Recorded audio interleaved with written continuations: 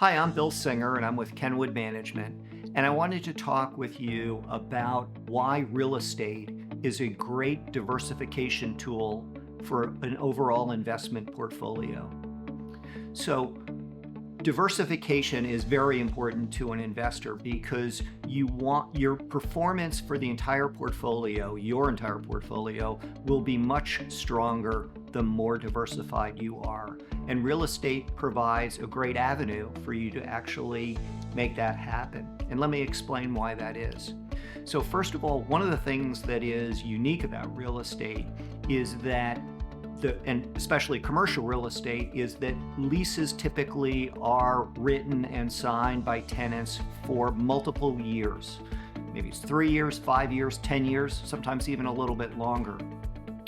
That's very unique in the investment world because if you think about it, most other companies, think about Apple Computer or Nvidia, they're selling a product every day. But none of those are kind of multi-year long-term commitments where you know what your cash flow will be. So think about that. When a Wall Street analyst makes a prediction about what a company's sales or earnings would be that's publicly traded, they're kind of guessing, right? And often there might be a range of what those numbers would be. One of the things that makes commercial real estate a bit unique is those multi-year contracts. You know what the cash flow, you know what the revenue is going to be for the most part because of those leases. That makes it somewhat unique and helpful as a diversification tool, especially in uncertain times or when inflation is growing. And let's talk about inflation and why in higher inflation times, why real estate is a good option for many investors. So when inflation occurs, a company's suppliers increase their prices.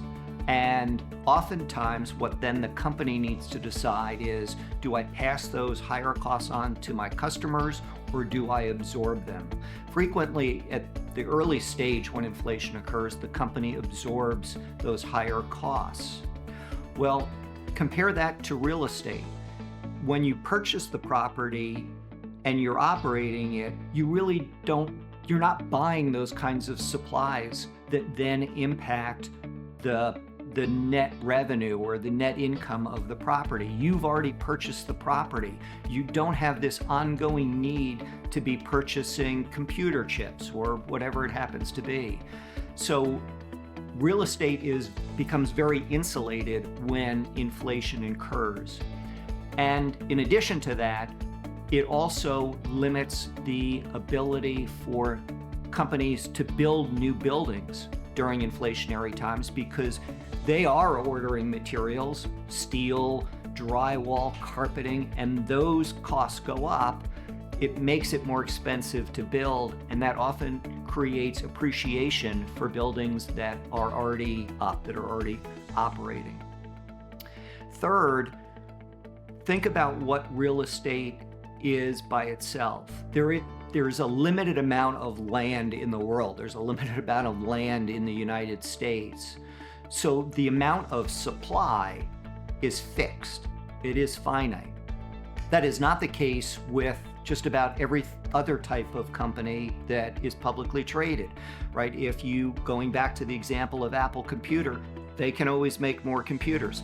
They can always make more iPhones.